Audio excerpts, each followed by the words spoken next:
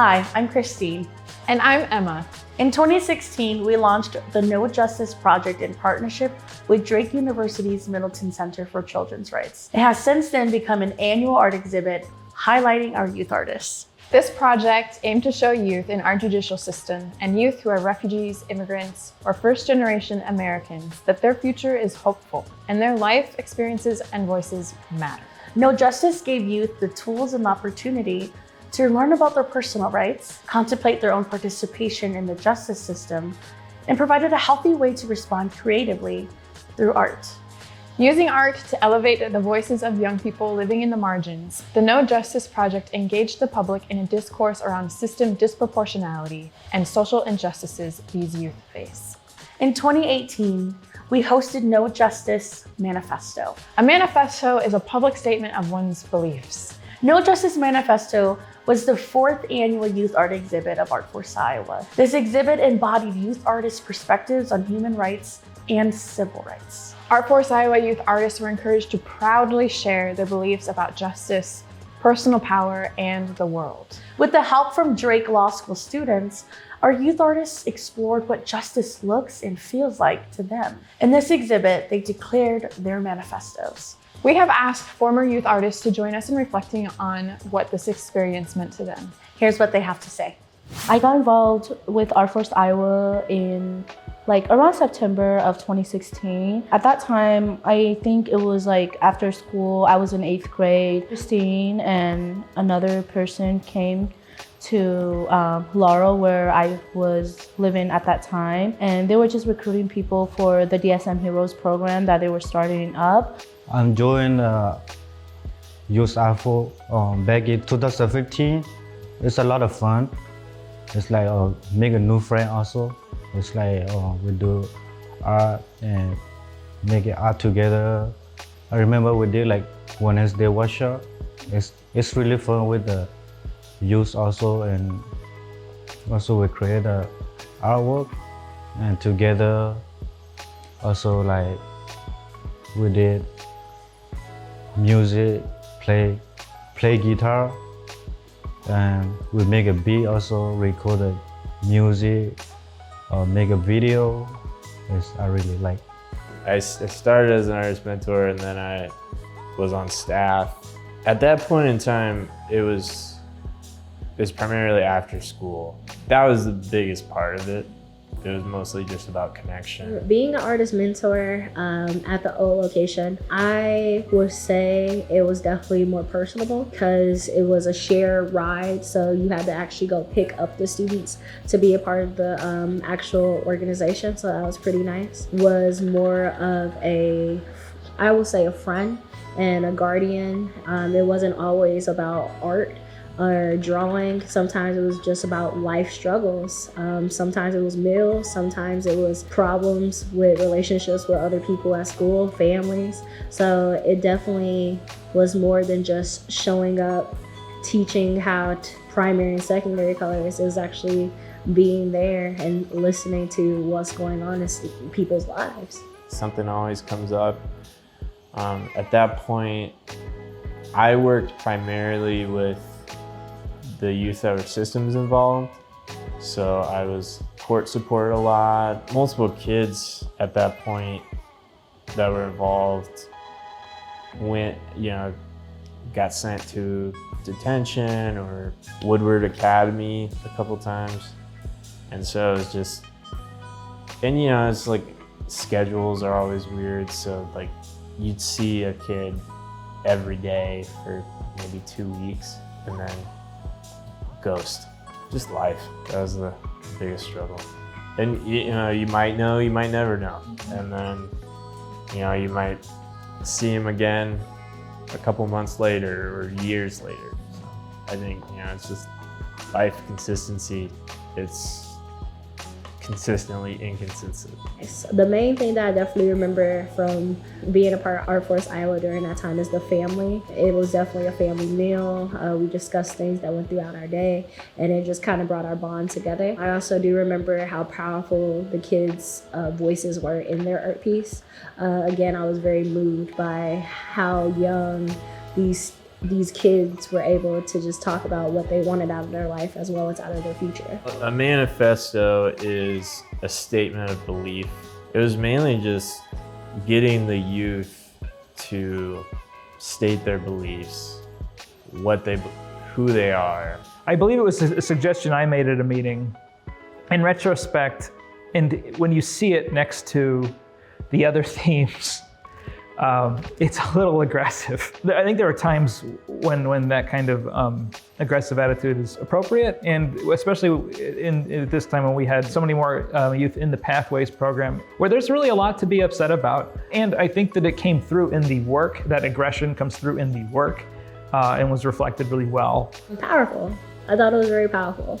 Again, it was my very first year working with ArtForce Iowa, so I was a newbie. I was very moved by the work the kids did. I never seen so many individuals have so many similar backgrounds as well as having so many different backgrounds at the same time. For them to be able to come together and talk about what a manifesto means to them, it was actually very fascinating and very amazing to witness. But it felt like an important one for the youth. I feel like a lot of the kids that we take in struggle with identity, finding a sense of belonging. And a lot of them have had injustice occurred to them. And I think Manifesto really spoke to them in a way that, you can be yourself. You shouldn't be afraid of who you are, and you should expect certain things from your community, like respect and acceptance. My philosophy for curating artwork is the same philosophy that I bring to my own work. It's just the principles of design. I'm trying to honor every piece and give it room to breathe and room to have its own voice. But also, the nature of a collective exhibit is that unexpected things can happen. Trying to find interesting conversations between works, so setting them up in a way that creates a new experience, maybe unintentional by either artist, but enriches one another. What I'm mostly trying to do, but then the principles of design, repetition, and color harmony, and balance and intention. These are the kinds of things I'm considering. And then when I'm pretty confident everything's where I want it to be, I start making holes in walls and start getting things up and set where they're going to be. Because one of the biggest challenges in doing these workshops that we were doing leading up to these exhibits was doing what the kids wanted to do, because you never wanted them to force any art. Doing what they wanted to do, but also guiding them in a way that would net positivity. Not only in their emotional state, but also in their creative process. Finding out how are we gonna have fun doing this content, but also how are we gonna get something out of it? Because that's what the point is you wanna create art. You have to create an environment where they feel safe enough to not only do what they wanna do, but do what they wanna do within artistic guidelines in a way. We're there to create this space for them to find what they like. Because a lot of the kids didn't know. A lot of the kids didn't know they like to draw, they like to paint, they like to sing or take pictures. And so we were there to just provide them with whatever they needed to inspire them. Once a week, at that point in ArtForce, we had a communal workshop. So everyone was involved in it. We would make a piece. We did sound mapping with yarn and nails and stuff. But the I believe, we taped off the words I believe. It was just everyone could add on to it however they saw fit. Spray paint, markers. I think the group project to being kind of front and center, like down the hall, which really helped draw you in and capture your attention. And the fact that was made by the entire team and the youth artists, that we all contributed to that, I think was also really powerful. I'm not musically inclined, but a lot of the youth we worked with, were in the studio recording. We tried to get him to, do more written pieces, but there were some freestyles. It's back in 16 or 17. I told the guy recorded for me. I found a beat on the YouTube, and I started recording. The song, I read it by myself. And, you know, an interesting part of the workshop day where I'd be in there just making sure everything was going smoothly. I'd download a lot of, you know, type beats because they were free. And so it was like, you know, Lil Wayne type beat or Gucci Mane type beat. And It's like a freestyle. It's like in the future, I want to become a rapper star. And then I read about like, I will never give up on music, and I will keep going. But like some people look down on me, but I will never give up on music. I think that having the listening station was a very cool way to share music in a visual space and make it part of the visual experience, but also give people sort of a private listening experience. I think that was also very memorable. I think there's a lot of kind of one-of-a-kind stations in that exhibit. A lot of creative problem solving. The listening station, you know, trying to make that look clean and intentional while also being user-friendly. So having the recorder kind of hanging as like almost like on display, you know, with the headphones on hooks, being easy to use and making it clear that you can touch this, you can put this on, and then please put it back. You know, trying to communicate all of that visually. The performances, what I remember most about them is the way the audience was taken back. You could tell they were touched, they enjoyed what they heard, and they understood what was being said, what was not only what was being sung, but you know what was actually being communicated and said. And I think that was very important. Saw some tears in the crowd, which is, you know, what you always want as an artist, is to touch a nerve.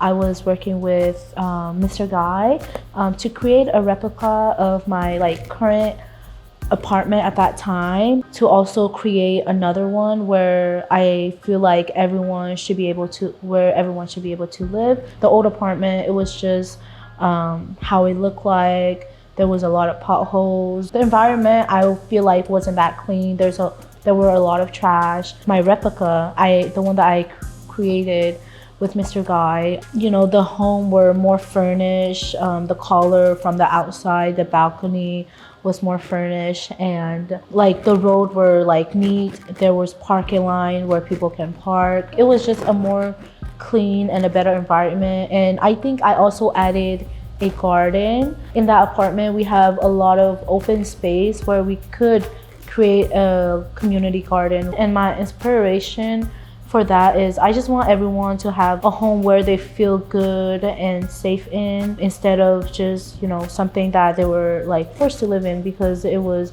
a little bit cheaper than another apartment. When recreating the apartment, I feel like it was really hard because I never done any architecture, but thanks to Mr. Guy, he like continuously helped me throughout the process. We have to make sure all the lines were measured and everything was measured. So Mr. Guy really helped me. It was a long process, but I feel like in the end, how the apartment turned out, it looked really good. Just a lot of really interesting mixed media work. So there was a sculptural piece of TV where they had done paper mache shapes, you know, almost like being regurgitated from the television. And there was a real commitment to that. The shapes emerging from it are really coming out of the TV with almost a violence to it. And I had totally forgotten about the TV piece. That one was crazy. All I remember is the day that we did that. Some of the kids were just frustrated and just went to town on this TV that a youth artist and an artist mentor found on like a little skateboard photography walk. You know, we just took a sledgehammer to it. There was one youth in particular, I remember he was in a wheelchair, and so it took a lot of kind of flexibility. A lot of times the workshops were upstairs, moved them to downstairs because there was no elevator at old ArtForce. And he put out for that were really neat. One was praying hands that he did with, I think it was chalk pastel on drywall. Yeah, I remember him and his grandma came to the exhibit and they were really hyped. Definitely probably one of the most memorable pieces was the conjunction of the hands holding each other together, and I think that actually inspired one of the logos for ArtForce Iowa that I thought was really cool. And there was also a podium that had like a speech on it. Again, that's just something that stood out to me because I thought it was really interesting to have so many bold words on something that's already facing the audience. So it's like kind of giving them a preview of what they're getting themselves into. It was just cool that Drake Law would come in and lead some workshops about knowing your rights. It's almost like a double entendre, you know, no justice, N-O-K-N-O-W. And it's hard growing up. Being present in a lot of the youth's lives during that time, because it was a lot of one-on-one or two-on-one interaction. It was just, it felt good to see the youth artists, like what they cared about and then how to articulate that. There's a lot of growth moments, and it's always chaotic the few months up until it happens, but the final result is always worth it. And so